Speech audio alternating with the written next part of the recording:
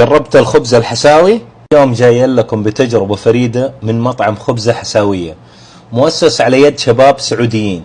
ويمتاز الخبز الحساوي انه بدون سكر وبدون زيت وبدون خميرة، يعني بيكتسب طعمه من البر والتمر الخلاص الحساوي، الجبنة واللبنة وغيرها من الإضافات اللي يسووا لكم هي. بالنسبة للأسعار، فالخبزة لوحدها ب3 ريال، أما إذا بتضيف أي إضافات تزيد التكلفة حسب الإضافة. جربت اللبنة بالزعتر ولبنة وحلاوة وجبنة وحلاوة وجبنة شيدر وجبنتين مع بعض، والله الطعم خرافي.